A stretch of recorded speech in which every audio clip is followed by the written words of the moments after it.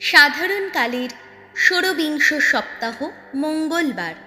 বালক যিশুর ভক্তা তেরেজা। জন্ম ফ্রান্স দেশে আলাসো শহরে 1873 সালে। তার 4 বছর বয়সে তার মা মারা যান। এরপর প্রায় 8 বছর তার মন অবসাদে আচ্ছন্ন হয়ে থাকে। 10 বছর বয়সে এক কঠিন রোগে আক্রান্ত হন, কিন্তু মা মারিয়ার মূর্তির সামনে প্রার্থনা করে অলৌকিকভাবে আরোগ্য লাভ করেন। 15 বছর বয়সে তিনি 2 বোনের কার্মেল মঠে যোগদান করেন এবং 9 বছর পর তার মৃত্যু পর্যন্ত সেখান থেকে বেরিয়ে আসেননি। সকলের অজান্তে সাধারণ আশ্রম জীবন কাটালেন তিনি।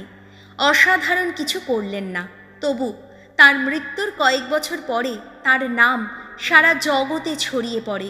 তার জীবন সরলতার মধ্য দিয়ে তিনি সিদ্ধি লাভের নতুন পথ, এক ক্ষুদ্র পথ আমাদের দেখিয়ে দেন। তিনি নিজেকে যিশুর ক্ষুদ্র পুষ্প বলে রাখতেন। প্রথম পাঠ, ঋষি যোবের কাহিনী, 3 অধ্যায়, পদ সংখ্যা 1 থেকে 3, 11 থেকে 17 এবং 20 থেকে 23। জীবনের দুঃখ বেদনা নিয়ে যোবের বিলাপ। দুঃখ যন্ত্রণায় জর্জরিত যোব নিজেই কথা বলতে শুরু করলেন। তার জন্মদিনটির প্রতি ধিক্কার জানিয়ে বললেন তিনি, মুছে যাক সেই দিনটা যেদিন আমি জন্মেছিলাম, আর সেই রাতটা, যে রাত বলেছিল একটি ছেলে গর্ভে এসেছে। হায় রে, কেন আমি জন্মের সঙ্গে সঙ্গেই মরিনি? কেনই বা জঠর থেকে বেরিয়ে এসেই প্রাণ হারাইনি আমি? কেন মায়ের কোল আমাকে ঠাঁই দিয়েছিল? কেনই বা আমাকে দুধ খাইয়েছিল মায়ের বুক? আহা, কেন আমায় বরং আড়ালে সরিয়ে রাখা হয়নি অকালে জন্ম নেওয়া কোনো মৃত সন্তানের মতো, সেই সব শিশুরই মতো যারা দিনের আলো দেখেনি কখনো? তাহলে এখন শান্তিতেই শুয়ে থাকতাম আমি, নিদ্রায় নিমগ্ন হয়ে আরামেই থাকতাম আমি। থাকতাম পৃথিবীর সেই সব রাজা ও মন্ত্রীর পাশেই যারা নিজেদের জন্য তৈরি করে রাখেন নির্জন সমাধি মন্দির। সেই সমস্ত নৃপতির পাশেই থাকতাম আমি, যাদের সঙ্গে পড়ে আছে স্বর্ণের সঞ্চয়, নিজেদের সমাধি গৃহে যারা রেখে দিয়েছেন রাশি রাশি রূপো। সেখানে তো স্তব্ধ হয়ে যায় দুর্জনের যত কোলাহল, সেখানে তো চির বিশ্রাম পায় শ্রান্ত মানুষ। যে মানুষ দুঃখেই রয়েছে, তাকে কেনই বা দিনের আলো দেখতে দেওয়া?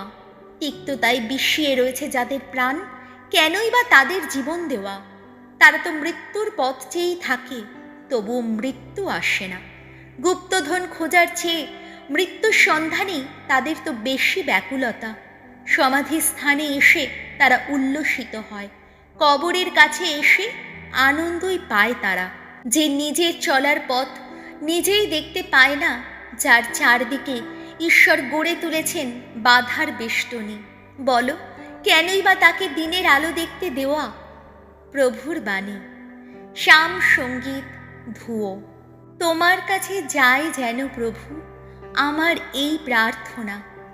ওগো ভগবান, হে আমার ত্রাণেশ্বর, তোমার সামনে দাঁড়িয়ে আমি তো নিশিদিন ডাকি তোমায়।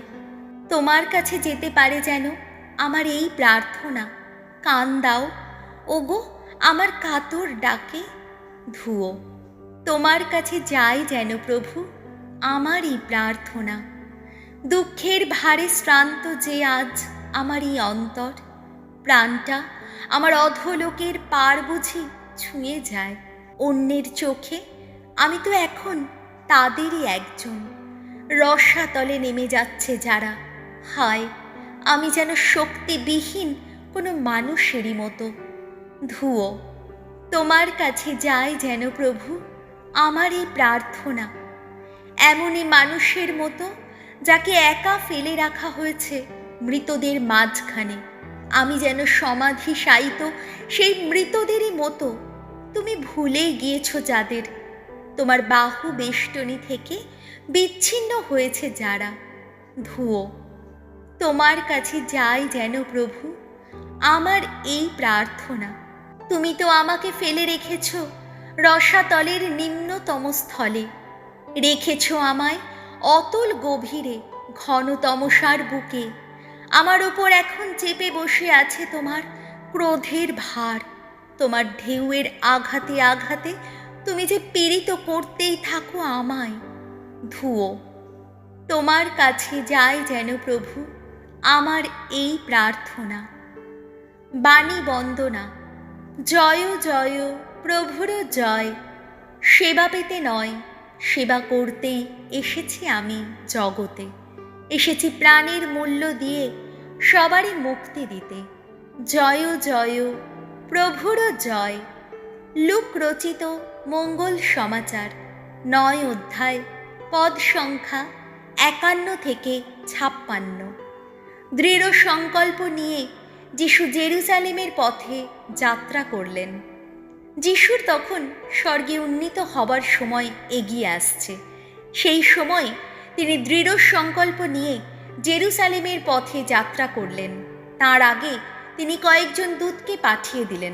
তারা রওনা হলেন এবং তার আসার সব ব্যবস্থা করার জন্যে সামারীয়দের একটি গ্রামের মধ্যে এসে ঢুকলেন। কিন্তু যিশু জেরুজালেমের পথেই চলেছেন বলে গ্রামবাসীরা তাকে গ্রহণ করতে চাইল না। তাই দেখে যিশুর শিষ্য যাকব আর যোহন বলে উঠলেন, প্রভু, আপনি কি চান আমরা স্বর্গ থেকে জ্বলন্ত আগুন ডেকে আনি আর ওদের পুড়িয়ে শেষ করে দিই? কিন্তু যিশু তাদের দিকে ফিরে তাদের ধমক দিলেন। তখন তারা সকলে আর একটি গ্রামের দিকে রওনা হলেন। প্রভু যিশুর মঙ্গল সমাচার।